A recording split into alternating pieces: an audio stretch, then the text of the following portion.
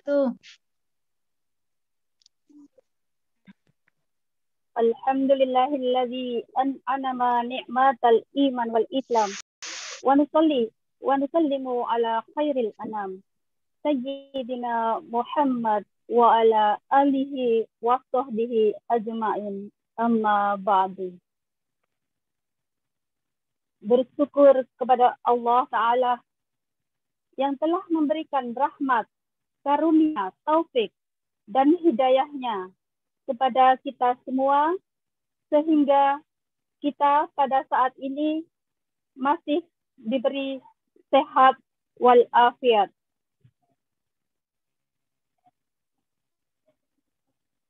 Allahumma salli ala Sayyidina Muhammad wa ala ali Sayyidina Muhammad.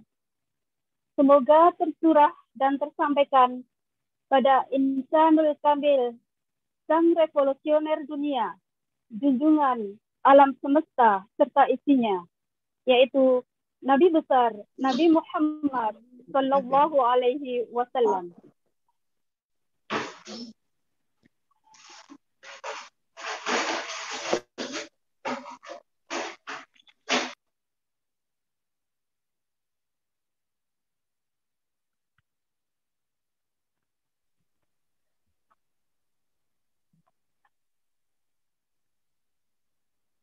Yang terhormat Bapak Imam Baihaqi selaku General Manager Dompet Duafa Hong Kong.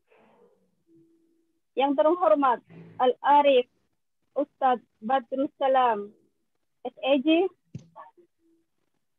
Yang dirahmati Allah, santriwan serta santriwati khususnya yang ada di Hong Kong dan seluruh audiens yang ada di dunia ini. Mudah-mudahan pertemuan kami kali ini dirahmati oleh Allah Subhanahu wa Ta'ala. Sebelum acara kami mulai, yaitu kami akan membacakan susunan acara. Yang pertama, pembukaan. Yang kedua, pembacaan ayat suci Al-Quran. Yang ketiga, sosialisasi media Dompet Duafa, serta acara inti, tanya jawab, doa, dan penutup. Baiklah, untuk acara yang kedua, yaitu pembacaan ayat suci Al-Quran yang akan disampaikan oleh Ukhti Mia. Kepada beliau dipersilahkan.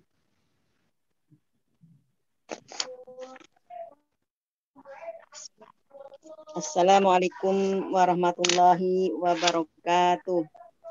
Waalaikumsalam warahmatullahi wabarakatuh.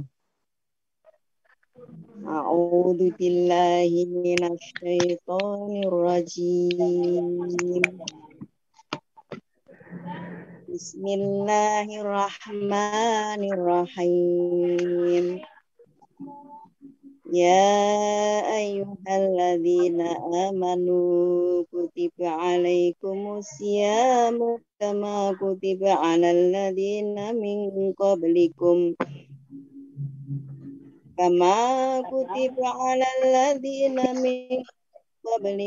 la'allakum tattaqun. Ayyaman ma'dudatin faman kana minkum maridun aw ala safarin fa'iddatun min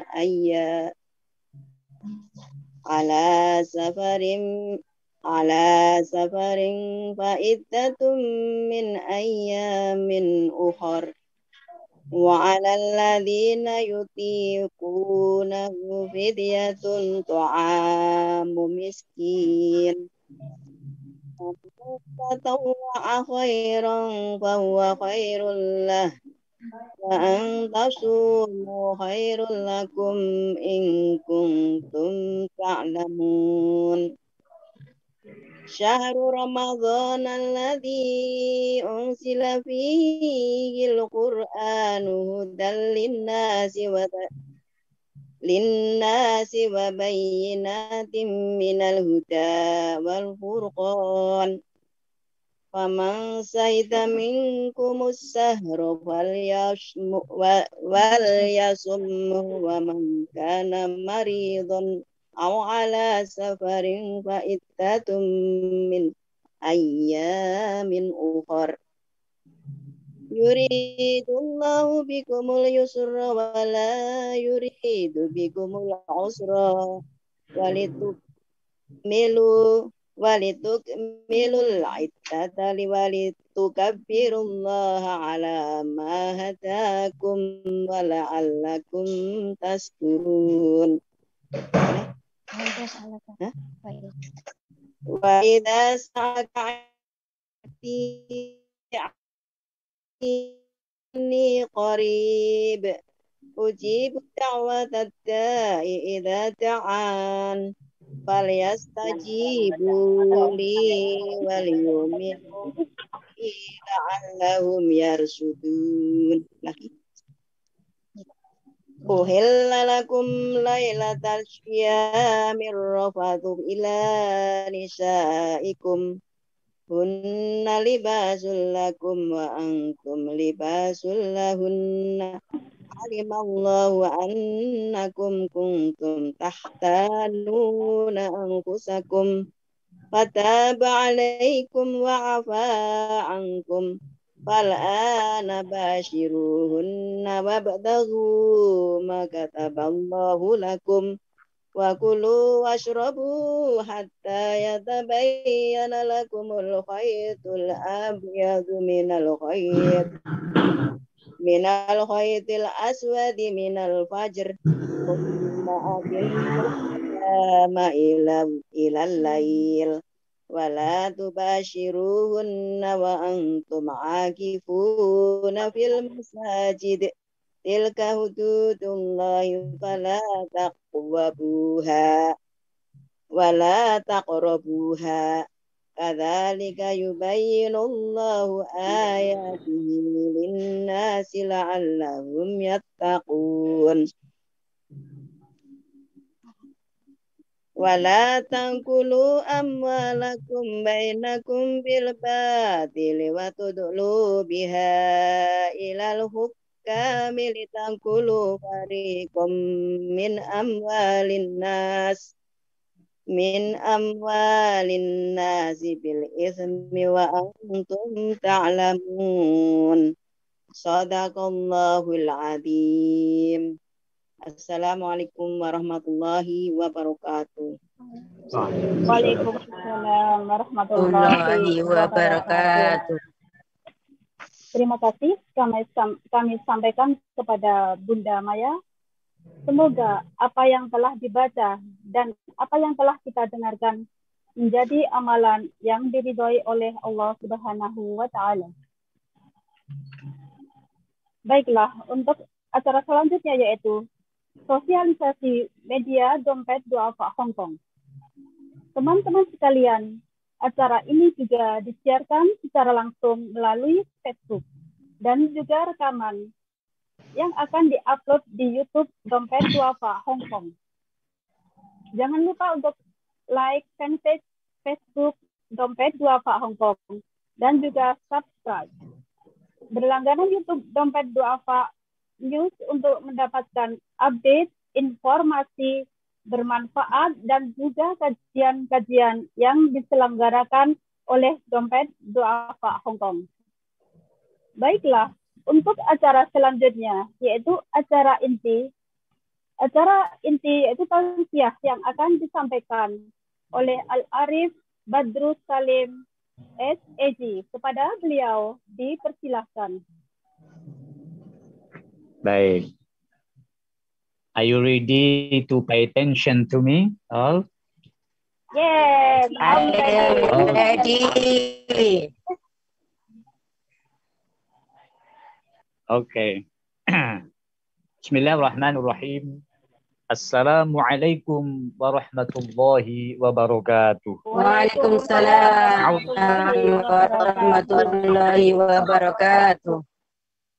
A'udzu billahi minasyaitonir rajim. Bismillahirrahmanirrahim. Alhamdulillahil aliyyil azim. Alladzi qad an'amana bi anwa'in ni'ami wasyurab fil mustaqim. Bini'matil imani wal islam. Wa sihhatil badan wa afiyatil janan. Asyhadu an la ilaha illallahur rahmanur rahim. Wa asyhadu anna sayyidana Muhammadar Rasulullah rahmatan lil alamin. Allahumma salli wa sallim wa barik ala as'adi wa afdalil makhluqati fil alamin. Sayyidina wa maulana wa syafi'ina wa qurrati a'yunina Muhammadin sallallahu alaihi wasallam wa ala alihi wa ashabihi ajma'in. Amma ba'd. Honorable Mr. Ustadz Imam Baihaqi as the General Director of Dompet Du'afa Hong Kong beserta keluarga, beserta seluruh volunteer, semuanya yang saya hormati dan saya muliakan, para sahabat PMI, santri, madrasah, perantau online, semuanya saja yang dirahmati Allah tanpa terkecuali, tanpa saya menyebutkan satu persatu namanya, karena memang tidak semuanya saya mengenal. Sebagian kenal baik, sebagian besar juga tidak. Karena hanya beberapa saat kita pernah berjumpa di Hong Kong. Alhamdulillahirabbil alamin, pada kesempatan sore hari ini oleh Allah Subhanahu wa taala, yakni diberikan nikmat iman dan Islam, masih tetapnya iman dan Islam. Juga nikmat kesehatan badan, juga nikmat kesehatan janan, hati dan pikiran.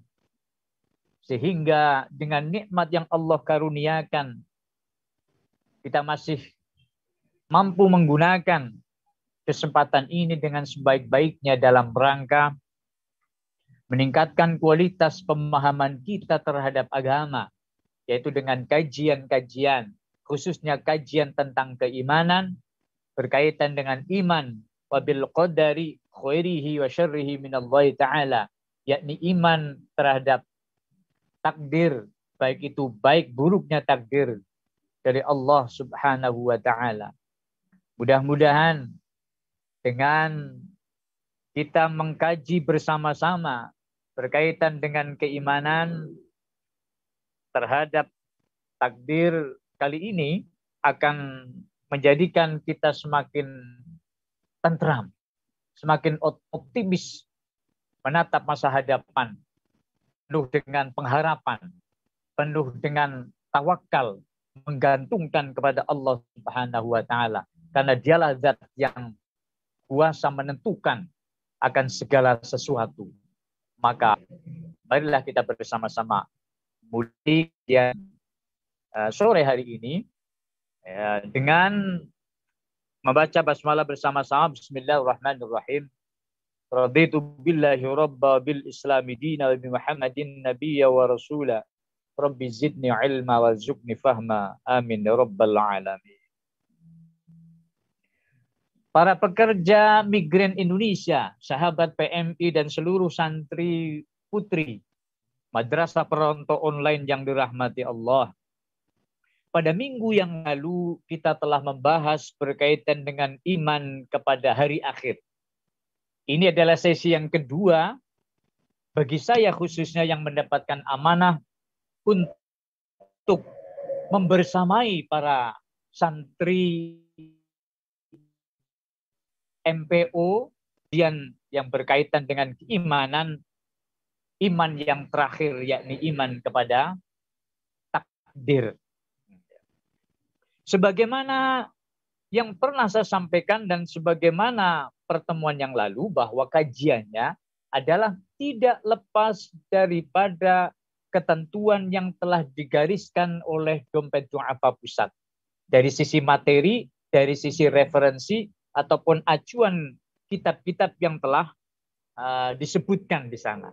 Di antaranya kajian ini nanti berlandaskan kitab Qatrul Ghaith, Imam An-Nawawi. Berlandaskan juga kitab Al-Jawahirul Kalamiyah. Mengikuti juga kitab Durusul Aqaidid Diniyah. Sehingga di dalam saya menyampaikan paparan berkaitan dengan keimanan ini tidak lepas daripada garis-garis besar haluan yang telah ditetapkan oleh dompet du'afa pusat. Meskipun nanti dalam kaitan pengayaannya, nanti saya menyampaikan berkaitan dengan apa yang saya pahami dari beberapa referensi yang pernah saya kaji, saya baca, dan saya pahami. Oke, sebelum lanjut, selamat sore, selamat perjumpaan dengan seseorang yang berjenggotan. Tetapi saya bukanlah teroris buronan. Saya datang kepada Anda sekalian menyampaikan salam penghormatan. Baiklah. Mari kita mulai saja. Kita mulai dengan kitab Al-Jawahirul Kalamiyah. Untuk membuka berkaitan dengan iman kepada hari akhir. Kita akan membahas apa makna daripada qada dan qadar. Kemudian bagaimana kita meyakini qada dan qadar. Kemudian apa saja hal-hal yang berkaitan dengan qada dan qadar.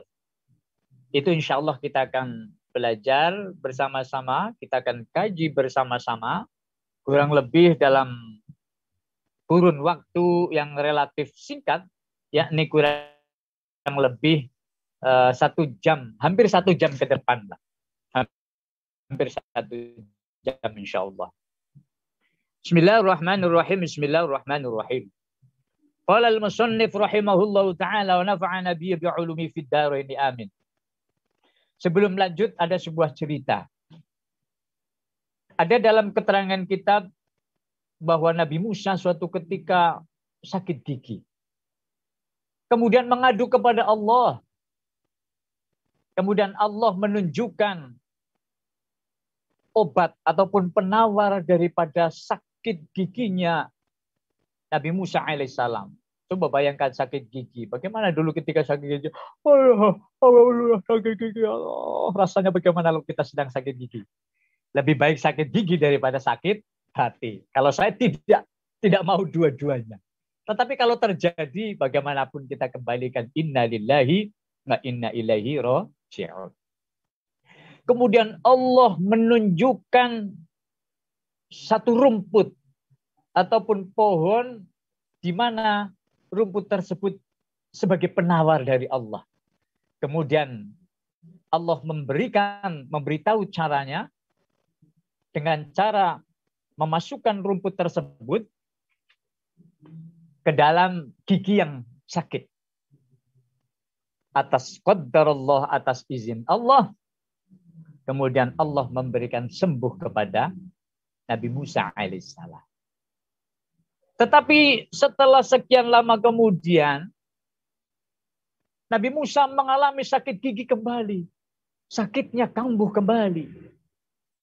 Kemudian apa yang terjadi? Nabi Musa langsung mengambil rumput sebagaimana yang telah Allah tunjukkan sebagai penawar, langsung dimasukkan ke dalam lubang gigi yang sakit. Tetapi apa yang terjadi? Nabi Musa tetap mengalami sakit gigi, tetap sakit. Kemudian mengadu kepada Allah, ya Allah, kenapa sakit gigiku tidak sembuh? Padahal Engkau telah tunjukkan aku obatnya. Engkau telah tunjukkan aku inilah obat sebagai penawar sakit gigiku. Kemudian Allah menyampaikan langsung menuju kepada obat. Tapi tidak mengadu kepadaku, tetapi langsung mengadu kepada obat. Nah, jadi baiklah. Mari kita mulai dengan kajian yang nanti cerita ini kita kaitkan dengan iman kepada takdir. Kita mulai secara runtut, mulai dari awal berdasarkan kitab Al-Jawahirul Kalamiyah. Bismillahirrahmanirrahim. Al-Mabhatsus Sadis. Pembahasan yang ke-6. Fil imani bil qada wal qadar. Yang menerangkan tentang iman terhadap qada dan qadar. Sekarang mulai dari apa makna daripada qada dan juga qadar? Kalau kita buka kitab referensi yang kedua, yakni kitab Qatrul Ghaith.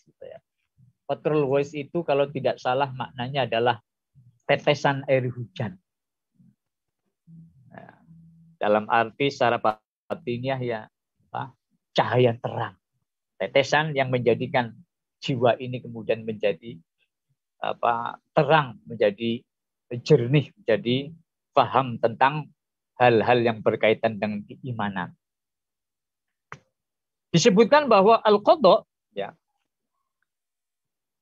Al-qada itu iradatul azaliyah al-muta'alliqah bil asya' ala ma huwa alaih. Kalau tidak salah maknanya adalah qada adalah kehendak Allah semenjak zaman azali yang berhubungan dengan segala sesuatu, ya, yang segala sesuatu perkara, segala sesuatu yang akan terjadi. Sekali lagi, qada adalah iradatul azaliyah al-muta'alliqah bil asya' ala ma huwa alaih.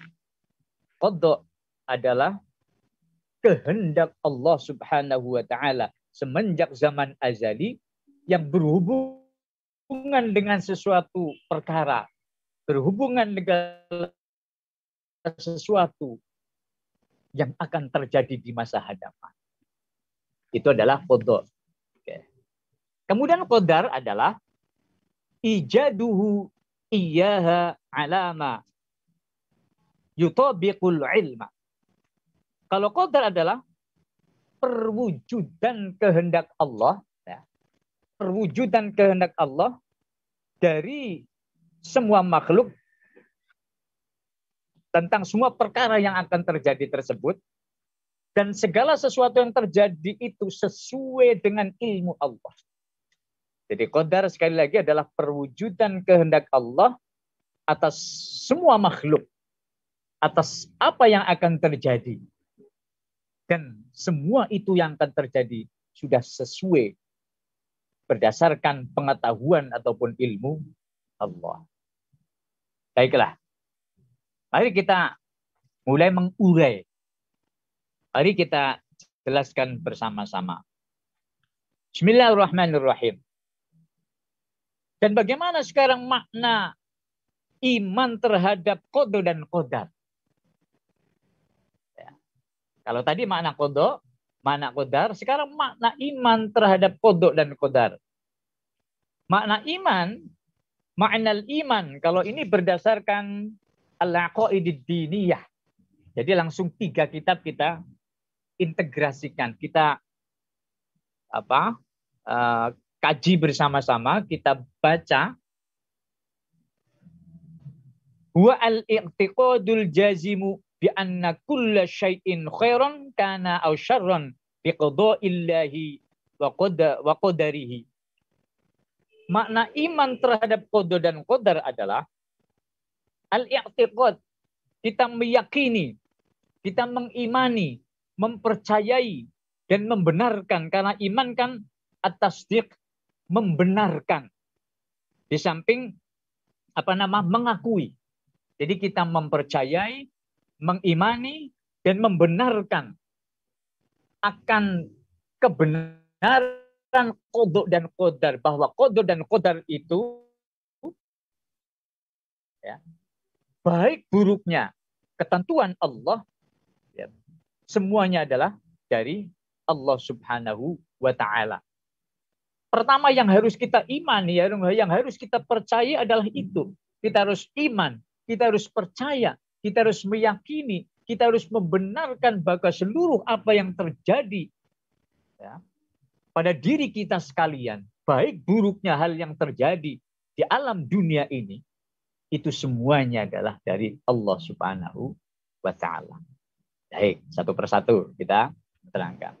Nah, kemudian pengarang kitab ini ya, melanjutkan wa anna taqida anna jami'a af'alil ibad, bahwa kita harus meyakini bahwa seluruh amal perbuatan hambanya, amal perbuatan manusia, ataupun apa yang terjadi, khususnya amal perbuatan manusia, sawa'un kanat ikhtiyariyatan, baik itu perbuatan-perbuatan yang diusahakan oleh manusia itu sendiri, maupun kainatun biiradatillahi ta'ala wa taqdirillaha fil azali wa ilmi biha qabla waqtiha. Ya. Baik itu semua amal perbuatan yang sifatnya diusahakan, seperti berdiri, duduk, tidur, makan, dan lain sebagainya, awit tiroriyatan, atau hal yang terpaksa sekalipun. Misalkan kita sudah berjalan, kita sudah hati-hati, tiba-tiba tergelincir, padahal kita sudah sangat hati-hati berjalan. Tiba-tiba terpeleset karena adanya air yang menggenang. Nah, yang demikian pun kita harus meyakini bahwa terjadinya ini adalah dari Allah Subhanahu wa Ta'ala. Namun demikian, wahai para sahabat PMI Hong Kong yang dirahmati Allah, para santri Madrasah Perantau Online yang dirahmati Allah, bahwa manusia itu tidak terpaksa. Sekali lagi, manusia itu tidak terpaksa. Meskipun segala ketentuan itu telah Allah ketahui semenjak zaman azali. Zaman azali itu zaman ya, terdahulu tanpa permulaan, ya, sebagaimana Allah wujud tanpa permulaan, tetapi akan berakhir setelah adanya kita sekalian. Jadi semenjak zaman dahulu, ya, dalam ilmu Allah, Allah telah mengetahui segala apa yang akan terjadi. Akan tetapi tidak serta-merta Allah tidak memberikan kehendak kepada manusia. Artinya, meskipun Allah mentakdirkan, menentukan segala amal perbuatan manusia, tetapi Allah masih memberikan kuasa kepada diri kita sehingga kemudian kita dapat memilih. Maka dari itu Allah memberikan adanya balasan bagi orang-orang yang beriman dan beramal soleh, ya, akan mendapatkan balasan, akan mendapatkan pahala kebaikan. Dan bagi orang yang tidak beramal soleh, yang kebalikannya, tidak beriman kepada Allah, berlaku maksiat dan lain sebagainya, maka itu pun akan mendapatkan konsekuensi. Maka tidak mungkin Allah kemudian berlaku zalim. Karena Allah, wa anna Allaha laisa bidzallamin lil abid. Wa anna Allaha laisa bidzallamin lil abid. Sesungguhnya Allah tidak berlaku zalim terhadap hambanya. Itu tidak mungkin. Dan bagaimana dengan kasus-kasus yang terjadi? Misalkan kita termasuk golongan orang yang beriman, kemudian ada orang lain yang tidak beriman. Apakah serta-merta kita ditakdirkan beriman? Kemudian dia tidak ditakdirkan orang yang beriman? Ya. Mari kita lanjutkan. Bismillahirrahmanirrahim.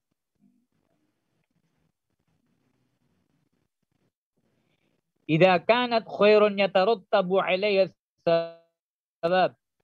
Af'alul 'ibad al-ikhtiyariyah idza kanat khairan yatarattabu 'alayha sabab.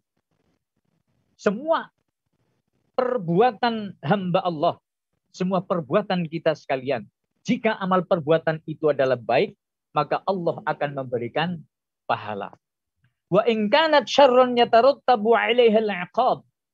Dan apabila perbuatan yang kita lakukan itu adalah salah, adalah perbuatan dosa, na'udzubillah min dzalik, wa nastaghfirullahal azim, maka akan mendapatkan ancaman ataupun akan mendapatkan siksa. Wa amma af'aluhu al-ittirariyatu fala yatarattabu 'alai syai'un min dzalik. Tetapi amal perbuatan atau kejadian yang terpaksa, maka ini tidak tidak mendapatkan siksa. Maksudnya bagaimana? Lanjut ini mungkin agak cukup membutuhkan pemikiran. Tapi ikuti terus. Insya Allah kita akan masuk kepada ke pemahaman. Bismillahirrahmanirrahim. Idza daraba insanun ghairuhu zulman wa udwanan aw fa'ala nahwa dzalika min anwa'i syarri wal ma'asi thumma i'tadhara bi kauni dzalika muqaddaran alai fal yuqbalu minhu dzalikal i'dzar. Ada pertanyaan begini. Apabila ada orang memukul seseorang dengan zalim, ya. Kemudian atau orang itu berlaku maksiat, kemudian mengatakan ini adalah takdir Allah. Apakah alasan ini diterima? Ada sebuah cerita. Suatu ketika ada seorang santri mengambil buah durian yang ada di depan dalam kiai. Ya. Kemudian santri itu ketahuan oleh sang kiai bahwa santri tersebut mengambil durian yang berbuah, padahal buah tersebut akan dipanen. Santri kemudian menjawab, wahai kiai, ini sudah takdir Allah menjadi milikku. Kemudian Pak Kiai pun tidak kalah hujahnya, tidak kalah alasannya. Tiba-tiba Pak Kiai menampar santri yang mengambil buah durian tersebut. Pak! Oh, Pak Kiai, kenapa Pak Kiai memukul? Itu juga takdir Allah. Nah, ini satu pelajaran. Bahwasanya hujah takdir tidak demikian. Hujah takdir tidak serta-merta segala sesuatu yang terjadi ini kemudian langsung mengacu kepada beralasan ini takdir Allah. Saya mencuri karena takdir Allah. Kemudian ya, dia baik juga karena takdir Allah. Kemudian orang yang jahat mengatakan aku jadi pencuri ini juga karena takdir Allah. Maka tidak demikian. Maka kita masuk kepada pembagian takdir untuk memudahkan. Ada keterangan Syekh Imam Al-Bajuri mengatakan bahwa takdir itu ada yang disebut mubram, ada yang disebut mu'allaq. Takdir ada yang disebut mubram, ada yang mu'allaq. Takdir yang istilahnya qat'i, ya, paten. Pertama takdir yang paten, sama dengan nikmat Allah. Nikmat Allah sebagaimana keterangan Syekh An-Nawawi dalam Nurul Ghulam, itu pun dibagi. Satu adalah ukhrawiyatan, yang satu dunyawiyatan. Nikmat bangsa akhirat dan nikmat yang bangsa dunia. Nikmat yang di dunia pun dibagi menjadi dua. Satu wahbiyun, nikmat yang sifatnya pemberian. Yang kemudian yang kedua adalah kasbiyun, nikmat yang diusahakan. Nikmat yang pemberian contohnya apa? Saya diberikan nikmat sebagai seorang laki-laki. Anda, Mbak Mai itu ya. Kemudian Mbak Mutolia. Ini adalah takdir mubrom. Takdir yang sudah paten. Nikmat Allah yang diberikan kepada kita yang sifatnya sudah paten. Kita tidak bisa mengubahnya. Dan kita pun tidak meminta. Kita pun tidak tahu Kalau saya ditakdirkan menjadi seorang badrus, seorang laki-laki, saya pun tidak tahu dulu ayahnya siapa. Ya. Ayahnya saya adalah Bapak Muhammad Syamsi almarhum, Ibu Mukhlisah almarhumah. Kita juga tidak tahu.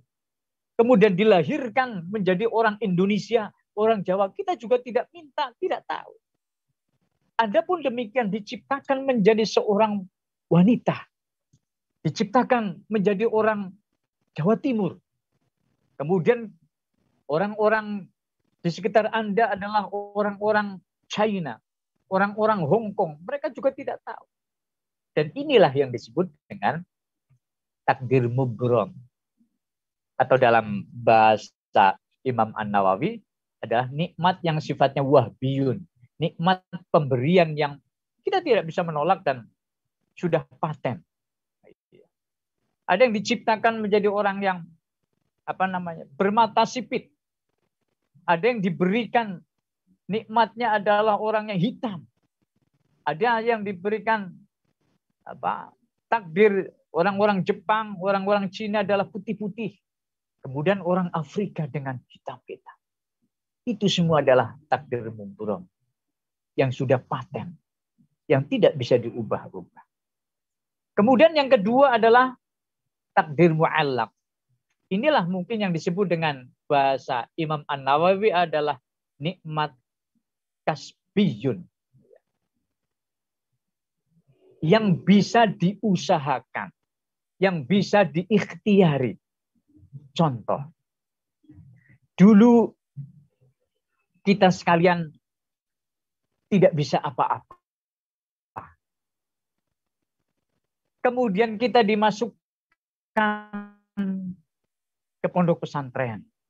Kita dimasukkan ke MI, ke madrasah dan lain sebagainya. Sehingga kita dapat menulis. Kita dapat membaca, menulis, menghitung, kemudian menghafalkan sehingga banyak hafalan-hafalan. Nah, inilah takdir mu'allaq yang bisa dirubah dari ketidakbisaan menjadi bisa dengan cara apa? Dengan cara usaha. Dulu Anda sekalian mungkin juga berkekurangan di dalam harta dan benda. Tetapi kemudian ikhtiar, berusaha, memohon kepada Allah agar diberikan dengan cara bekerja. Ketika belum hasil bekerja di rumah, di sekeliling rumah, kemudian niat merantau ke Hong Kong. Kemudian di sana berangsur-angsur diberikan Allah karunia, rizki, ya, sehingga hasil daripada bekerja kemudian dapat menafkahi keluarganya yang berada di kampung. Kemudian setelah semua keluarga tercukupi, kemudian masih juga bekerja sehingga kemudian dapat ditabung dan dapat untuk membantu saudara-saudaranya yang lain yang tidak berkecukupan, yang tidak berkemampuan, dan yang membutuhkan pertolongan. Dan ini masih bisa diikhtiari. Iya. Maka kemudian jangan serta-merta kemudian, ya, aku sudah begini, sudah ditakdirkan oleh Allah. Tidak. Maka kembali kepada takdir itu ada dua macam, yakni mubrom dan juga mu'allaq. Yang satu adalah takdir yang paten. Yang satu adalah masih dapat kita usahakan. Dan takdir Allah itu kita tidak tahu persis, tidak tahu pasti. No one know. Tidak satupun orang yang tahu persis takdirnya seperti apa. Karena takdir itu sangat rahasia. Kita tidak tahu. Kita tahu hanya setelah kejadian. Nah, setelah kejadian itu baru tahu. Hadirin, hadirat para sahabat PMI dan juga madrasah perantau online yang dirahmati Allah. Kita lanjutkan.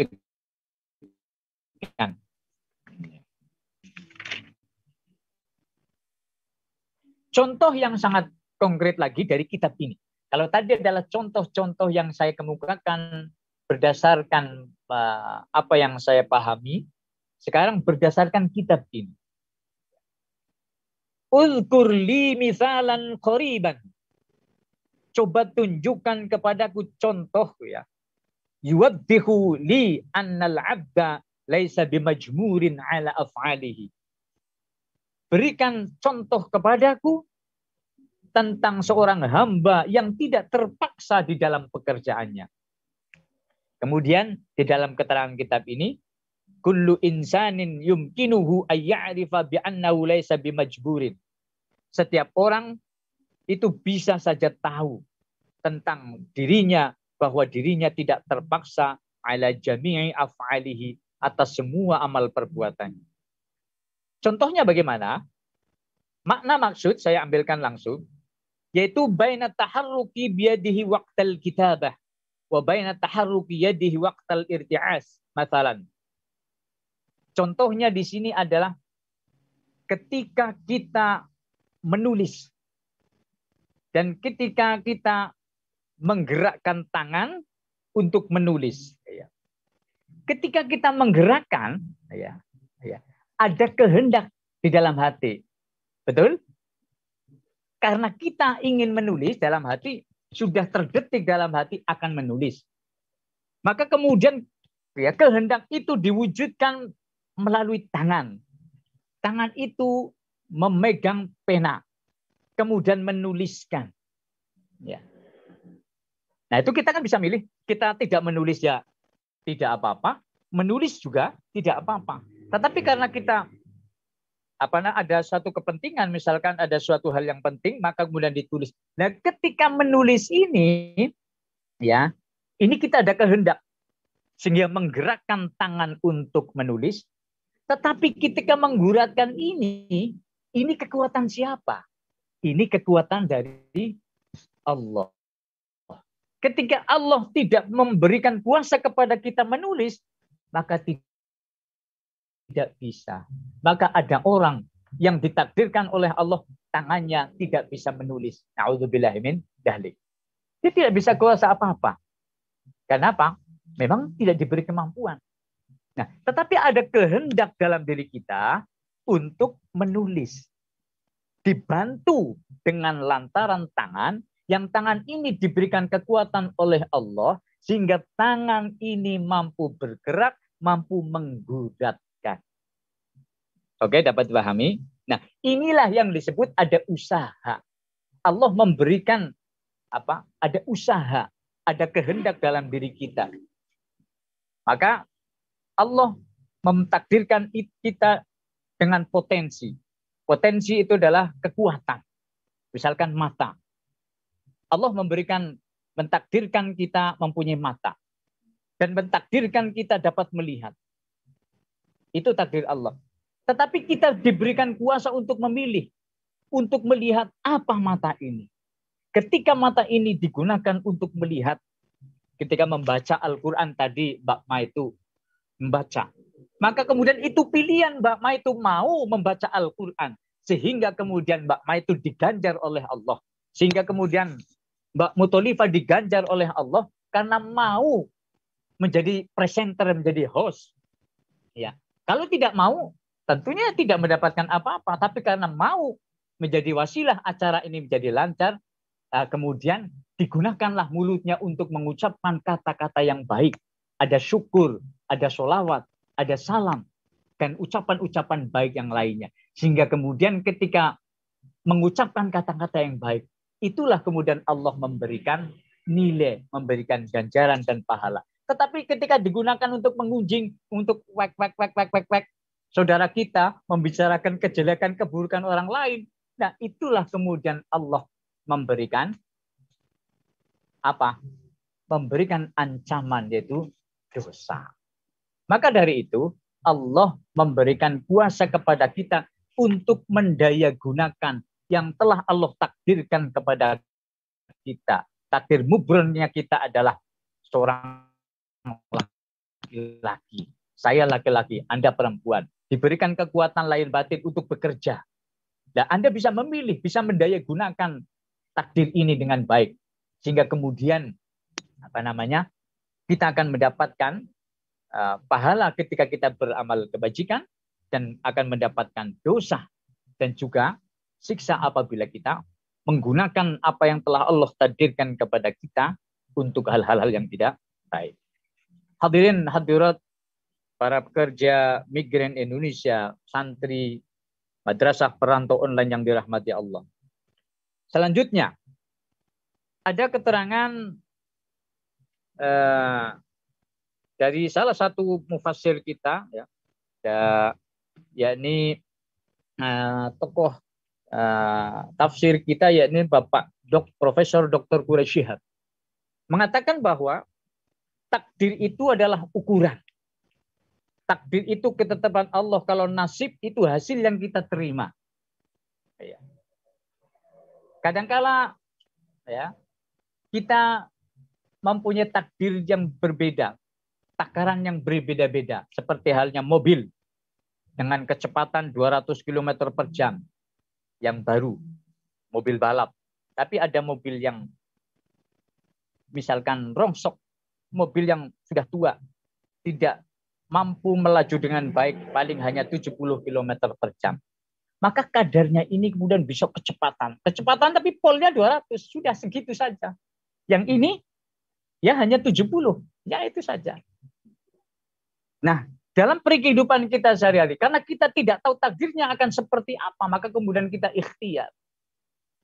Dan bagaimana agar supaya takdir kita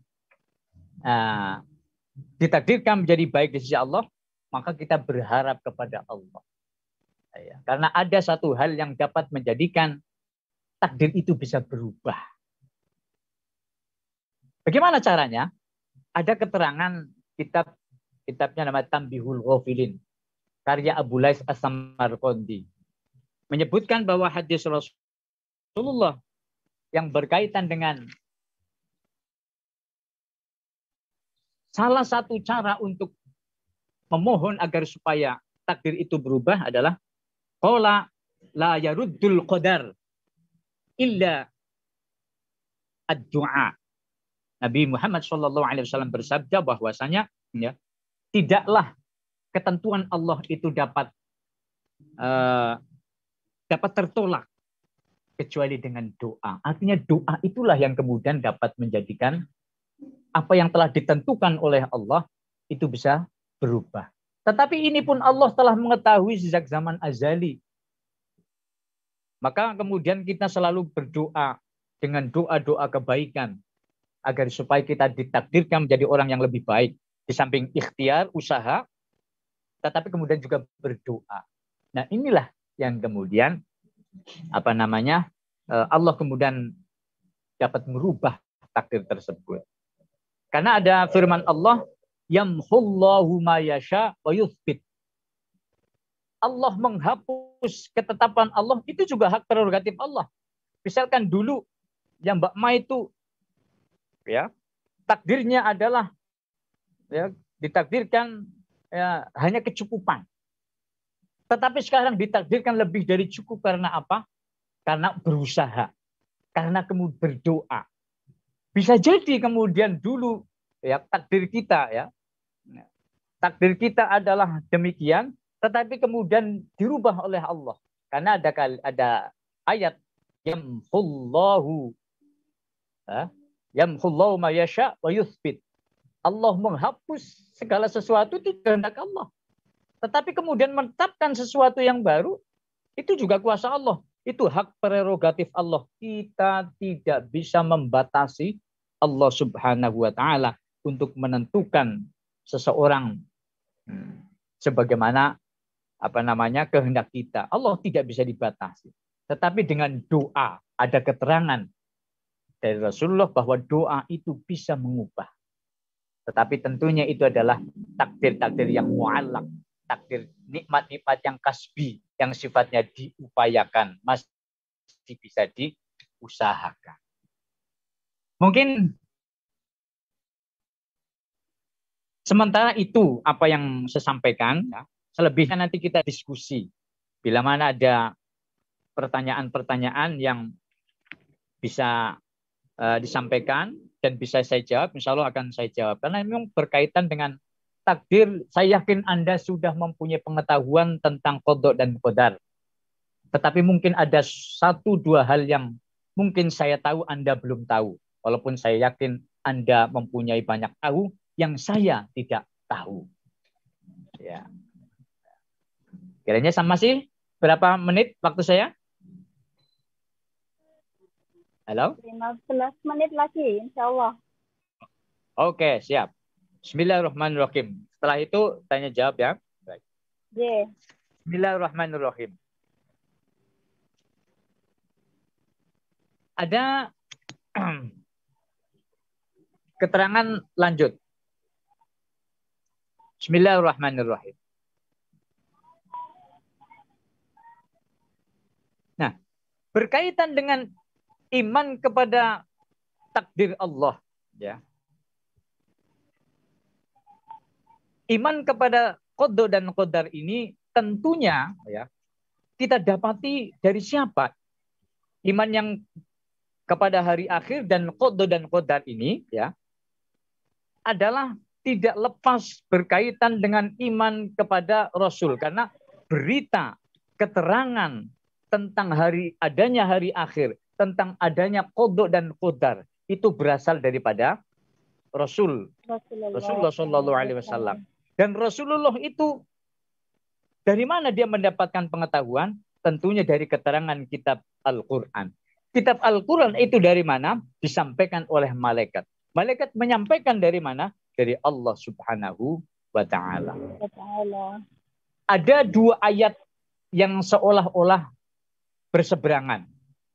Ayat yang pertama adalah qala Allah Ta'ala a'udzubillahi minasyaitonir rajim.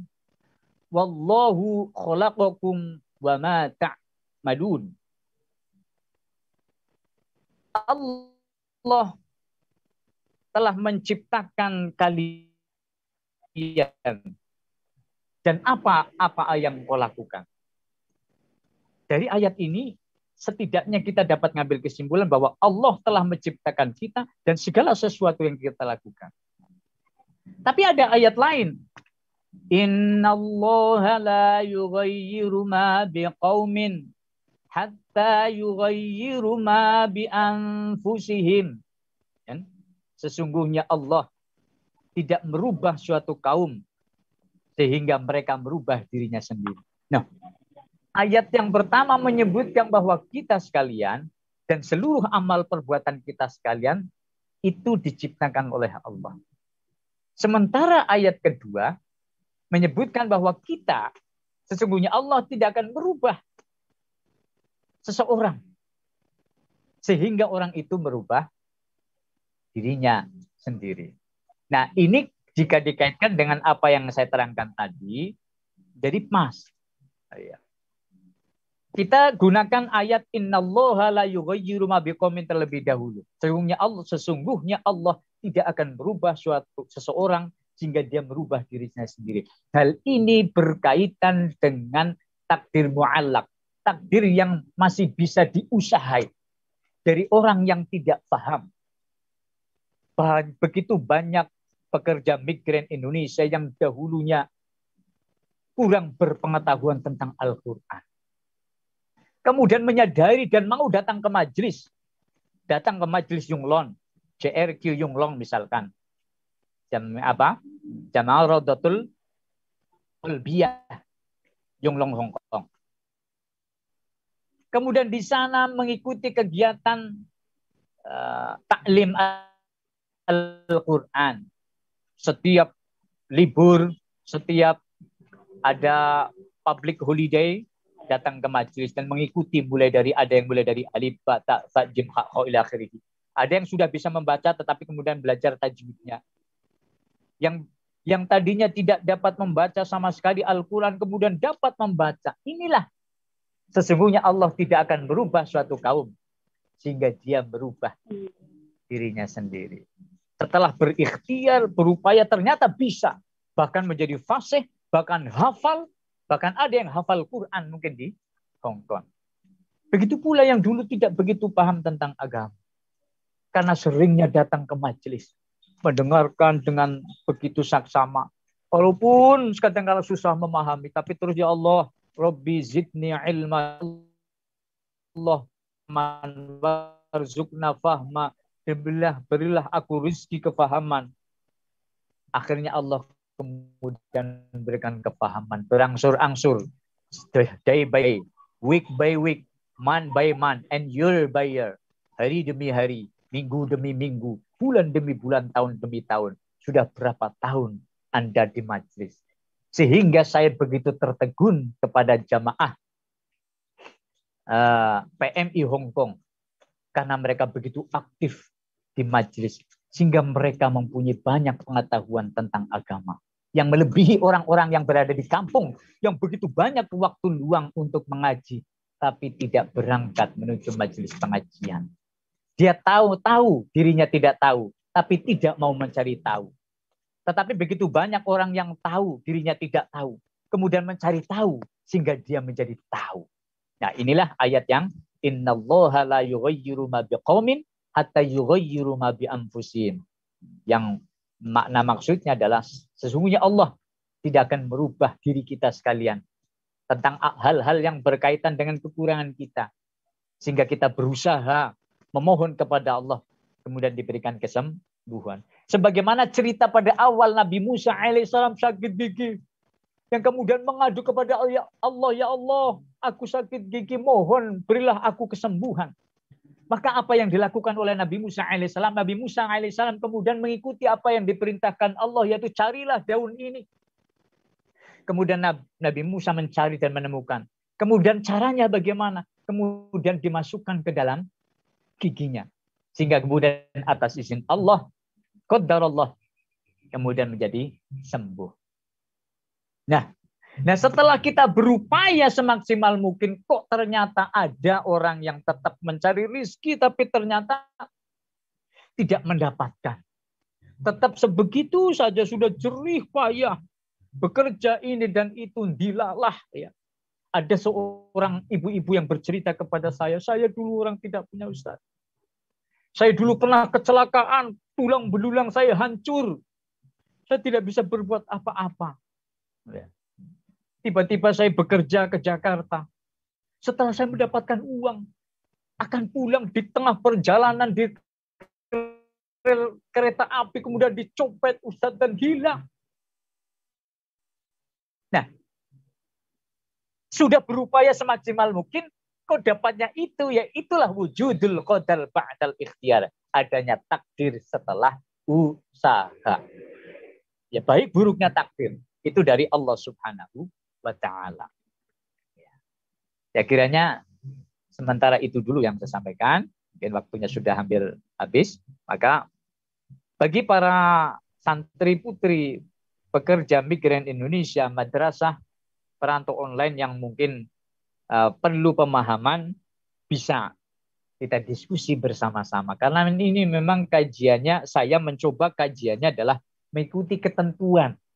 Ya, sehingga agak sedikit mungkin agak susah dipahami, tetapi kita mohon kepada Allah, semoga Allah Rabbi zidni ilma, semoga Allah memberikan kita tambahan ilmu dan juga kefahaman. Oke, baik. Monggo.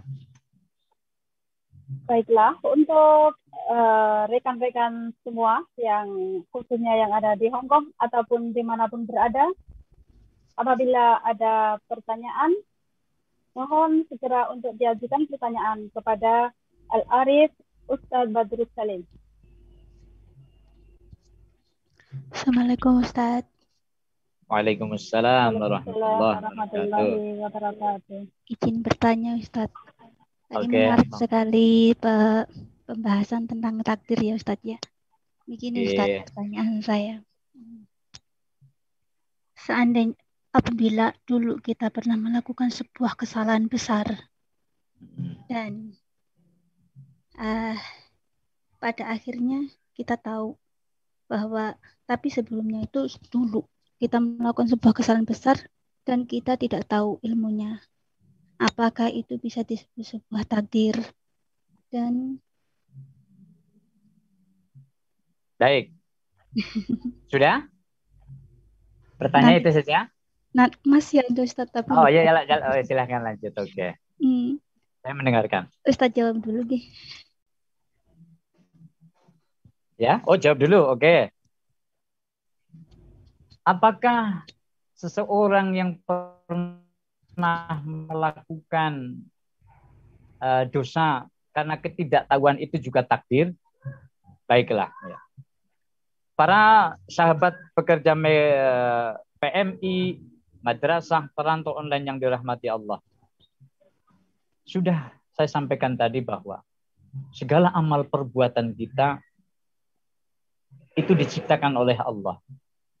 Hanya Allah memberikan kuasa kepada kita untuk memilih. Yaitu dengan keterangan kita di sini Allah memberikan satu. Allah mengutus seorang Rasul. Seluruh umat manusia dulu tidak tahu apa-apa. Maka cara Allah agar supaya menuntun umat manusia, agar supaya tidak tersesat, maka Allah mengutus para utusan. Dan para utusan ini tentunya mendapatkan mendapatkan penjagaan dari Allah. Maka kemudian para utusan ini menyampaikan kepada para umatnya. Contoh Nabi Muhammad SAW diutus kepada seluruh umat manusia untuk menyampaikan kebenaran, untuk mengajak beriman kepada Allah. Karena la ilaha illallah, tidak ada Tuhan yang hak disembah kecuali Allah. Dan itu sampaikan karena pada waktu itu mereka pada masa jahiliyah. Pada masa jahiliyah atau masa di mana semenjak Nabi Ismail alaihissalam, dalam keterangan tafsir Yasin, mundu zamani Ismail ila zamanika Muhammad la nabiyyun wala mursalun ilaihim. Tidaklah Allah mengutus setelah Nabi Ismail alaihissalam di tanah Jazirah Arab sehingga Nabi Muhammad SAW dalam durasi kurun waktu yang begitu lama, ya, sehingga fahum ghafiluna, sehingga orang-orang kafir, orang-orang Mekah itu mereka lupa karena tidak ada orang yang memberikan peringatan, tidak ada orang yang memberitahu, sehingga mereka lupa terhadap Tuhannya, bagaimana cara beribadah kepada Tuhannya, bagaimana cara menyembahnya. Bagaimana tata cara menyembahnya. Sehingga pada zaman jahiliyah itu kemudian Allah tidak memberikan siksa ataupun dosa terhadap orang pada masa jahiliyah. Tapi setelah datangnya Nabi, setelah Nabi berumur 40 tahun, walamma balau arba'ina sanatan, setelah umur 40 tahun, Nabi diangkat menjadi Rasul. Kemudian diperintahkan Allah basyiro wa nadhiro, menyampaikan berita gembira kepada orang yang beriman kepada Allah dan beramal soleh nanti akan dimasukkan ke dalam surga. Kemudian orang yang mengingkari maka dia akan masukkan ke dalam neraka. Dan setelah tabligh, setelah Nabi Muhammad SAW menyampaikan kepada masyarakat Mekah, nah setelah itu yang mengikuti ya Nabi itulah masuk kepada jalan yang benar. Tetapi yang tidak, dia sudah mendapatkan siksa. Karena apa? Berita itu sudah sampai kepada mereka.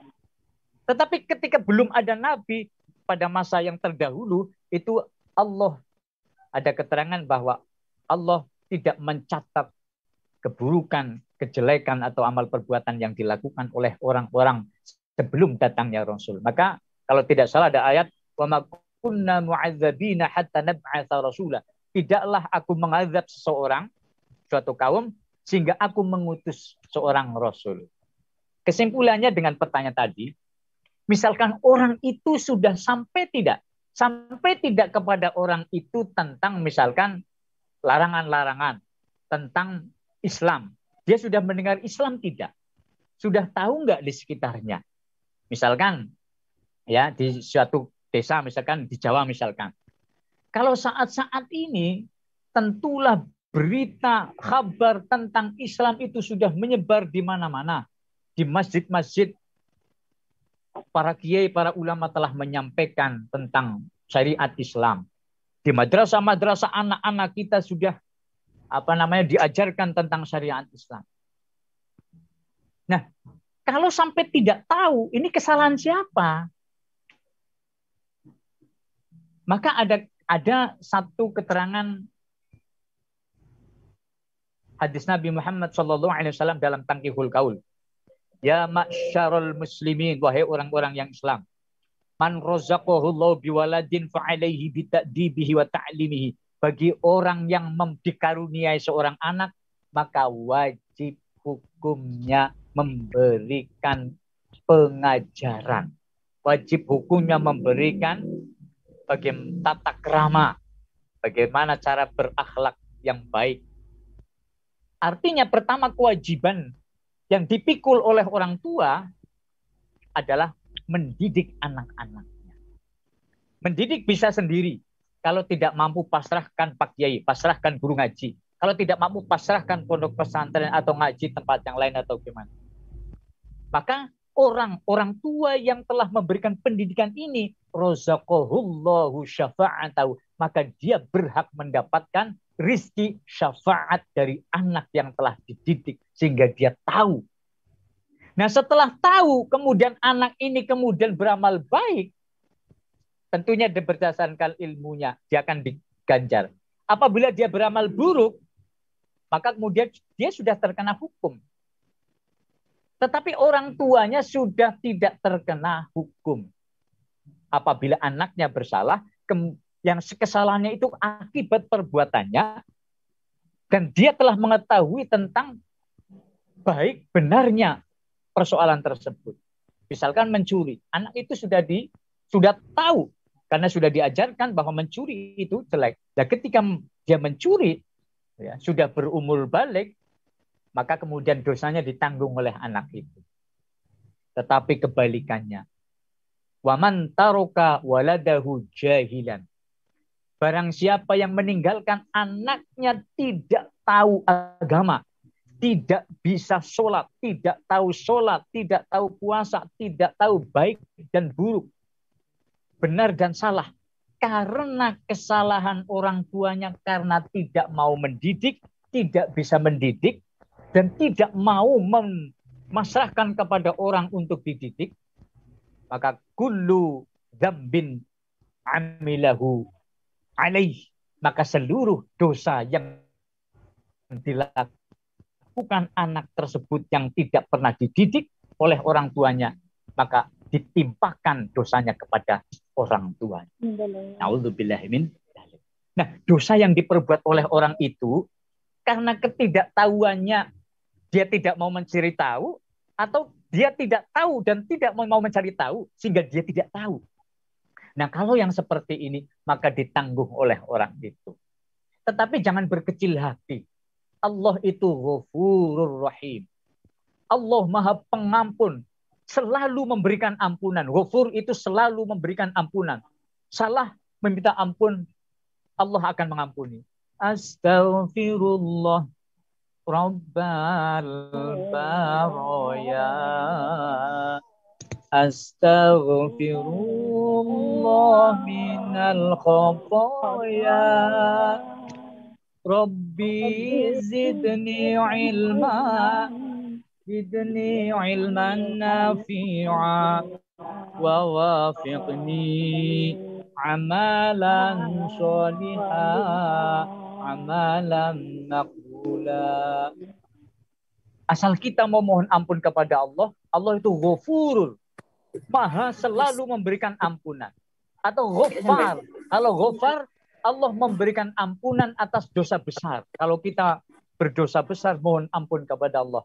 Allah itu Ghaffar, Maha Pengampun atas segala dosa yang besar. Sebesar apapun dosa kita kepada Allah, asal kita mau usaha memohon kepada Allah.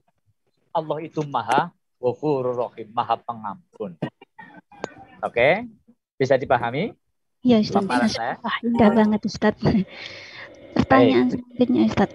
Seandainya, Ustaz, kita marah, sangat marah dengan apa yang sudah kita lakukan pada waktu itu.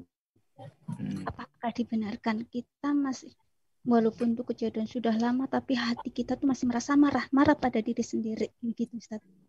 Apakah itu boleh dibenarkan? Marah kepada diri sendiri. Marahnya karena apa ini? Karena sesuatu kesalahan besar yang pernah dilakukan sebelum kita mengetahui bahwa itu suatu kesalahan, gitu, Ustaz. Nah, baik. Wahai sahabat pekerja migran Indonesia yang dirahmati Allah, kita tidak boleh berlarut-larut dalam kesedihan karena kesalahan yang pernah kita berbuat. Memang ketika kita mohon ampun kepada Allah, dengan setulus hati kita mohon ampun kepada Allah, dengan tetesan air mata misalkan, mengadu bahwa pernah melakukan kesalahan. Tetapi tidak boleh, kata Gus Bah, tidak boleh terus-menerus kita selalu berkutat pada kesedihan atas segala kesalahan yang pernah dilakukan. Karena apa? Allah itu maha luas rahmatnya. Begitu banyak nikmat yang lain yang Allah berikan dibanding nikmat dibanding kesalahan yang pernah dibuat, kan ya. Kita memang pernah melakukan kesalahan. Tetapi yakinlah bahwa Allah itu Ghafurur Rahim, Maha Pengampun dan juga Maha Pengasih, Maha merahmati. Maka kita tidak boleh terus-menerus. Kita harus gembira. Kita harus bahagia karena apa? Allah Ghafurur, Maha selalu memberikan ampunan, tapi Rahim, Maha Pengasih. Yakinlah terus. Maka jangan berkutat, jangan selalu dalam kesedihan. Maka kita tidak boleh untuk selalu larut dalam kesedihan, apalagi marah kepada diri sendiri. Cukup, iya, aku telah melakukan kesalahan. Mengadu kepada Allah dan tidak perlu disampaikan kepada orang lain. Jangan ceritakan kepada siapapun kecuali kepada Allah. Karena dosa antara hamba dengan Allah cukup seorang hamba kepada Allah. Tidak perlu disampaikan. Tetapi secara umum misalkan tidak disebutkan, tidak apa-apa. Tidak perlu sampaikan. Setelah itu, yakinlah kepada Allah. Ghafurur Rahim. Karena masih banyak nikmat yang lain yang diberikan kepada kita dibanding yang kesalahan yang pernah kita lakukan. Maka don't worry, be happy. Janganlah bersedih hati. Berbahagialah kepada Allah. Insya Allah. Makasih banyak Ustadz atas penjelasannya. Semangat, ayah. Oke. Baik. Lanjut.